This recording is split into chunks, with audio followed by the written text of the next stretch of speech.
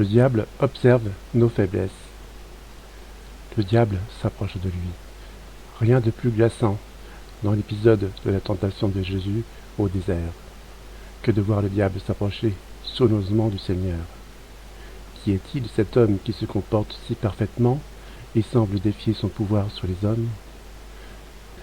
Bientôt, il va déployer toutes ses tactiques habituelles, tenté par les plaisirs, le pouvoir et l'argent. Il aurait bien tort de se gêner, vu comment ça fonctionne bien avec tout le monde. Saint Ignace, dans ses exercices spirituels, décrit très finement le diable comme le chef de l'armée qui assiège une ville. Il fait le tour des remparts pour voir où les murs sont les plus faibles, où l'on va pouvoir porter l'attaque, pour remporter plus facilement la victoire.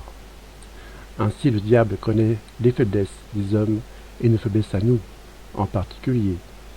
Avis à la population. Si vous pensez pouvoir garder tranquillement vos défauts sans rien combattre, vous êtes en danger.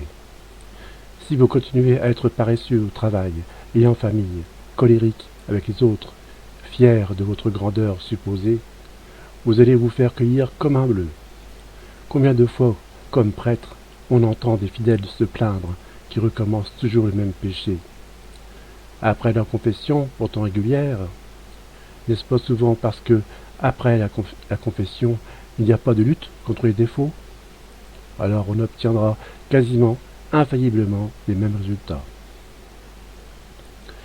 Ne savons-nous pas que le diable ne nous laissera pas tranquilles?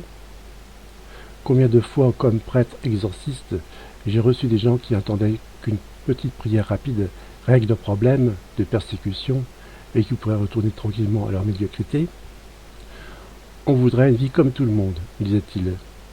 Désolé, mais l'exorcisme n'est pas du tout un tour de magie qui enlève tous nos problèmes, mais un accompagnement à notre devoir de lutter contre le mal.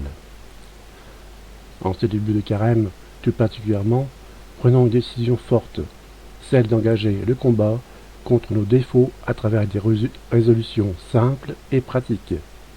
Tout le reste n'est que parole en l'air et vantardise dangereuse.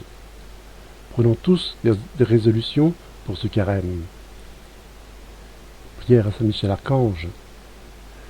Saint Michel Archange, défendez-nous dans le combat, soyez notre secours contre la milice et les embûches du démon. Que Dieu lui fasse sentir son empire, nous en supplions.